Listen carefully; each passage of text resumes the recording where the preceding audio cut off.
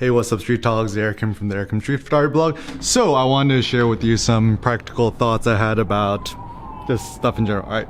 So the first sentiment is this notion that we are not allowed to be ourselves, and my catchphrase to counter this is, I want to be me. Right? So we all know the saying is like, I want to be like Mike, you know, the old Michael Jordan ad. And this is the notion. And, you know, I can only speak for American society because, you know, that's all I really know. But in American society, we're not allowed to be ourselves. You are taught in American society that, oh, by being born, you're a sinner. And this, you know, this is also kind of like, you know, Catholic mentality too, like, you know, the whole notion of original sin. But for the most part, we are taught that we should be kind of embarrassed of ourselves, and the only way we could achieve salvation is through hard work, industry, making a bunch of money, and being like Benjamin Franklin.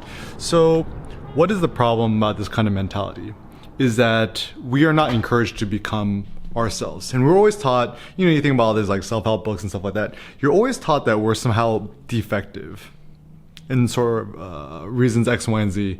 And, you know, you think about these self-improvement books, right? It infers that you are not perfect already, and therefore you have to improve on your weaknesses. And, you know, by reading this book or watching this TED Talk, we will teach you how to become more virtuous and more worthy of love or admiration, whatever like that. But the problem is, how come no one ever encourages us to be ourselves, right? This is like, I think it's actually really important that we have pride in ourselves. We love ourselves. We have some sort of level of vanity where we actually do admire ourselves.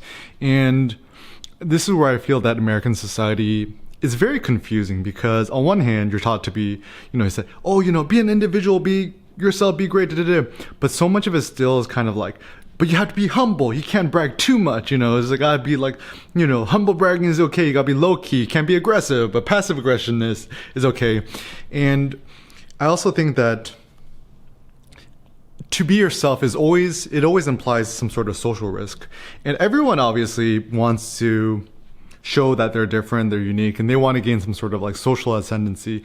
But the only like okay way to do this in American society is to purchase things which differentiate you and also link you to other people. So for example, you know, I kind of grew up with like kind of more like hip hop culture, sneaker culture, whatever.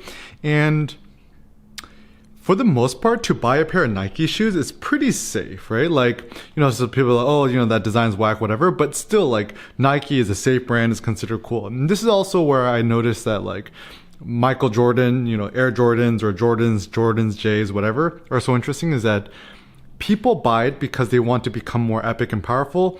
And they're essentially using the name of Michael Jordan as a crutch in order to achieve this. And this is also something else I realized, too, is that, you know, everyone wants some sort of like prestige or feel like their name is a little bit higher.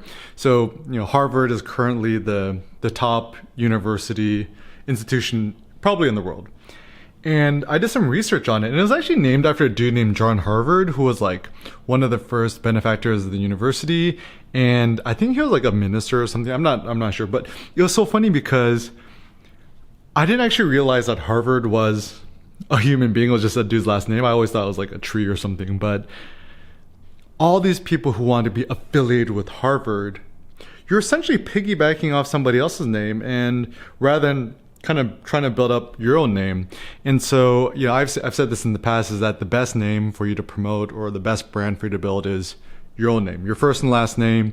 And you don't need to piggyback off of other people's brand or success or whatever. Is that if the goal is for you to become more of you, why would you need to augment your own self-esteem, like saying, oh, you know, I'm affiliated with Harvard or X, Y, and Z?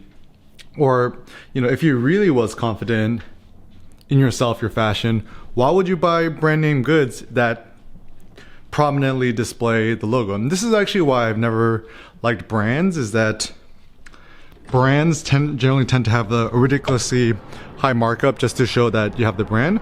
But it's like, it's essentially, it's the easy way for you to look kind of cool or whatever by somehow like fitting in, because, you know, one cannot refute the fact that you own a fancy brand. But at the same time, it signals some sort of insecurity that you have for yourself, is that, oh, in order to be considered legitimate, I need to piggyback off this brand, rather than essentially piggybacking off yourself. And so the basic notion I want to encourage us to think is, I want to be me. I want to become more me. I want to become less of other people. I want to not really care so much about like what other people are, and you know, not to be ashamed of yourself, because like, you know, some people are, oh, you know, like, and I'll use myself for particular examples, that like, oh, you know, Eric, you're so bad because, you know, you cut people off, or you're too into yourself, or you're so vain, and there people are essentially saying, how dare you be you? You must be somebody else. And why does my personality and character upset other people? Because it's contrary to their own personal ideals and themselves. And it's fine, because like, you know, everyone's allowed to have their own personality or morals or ideals.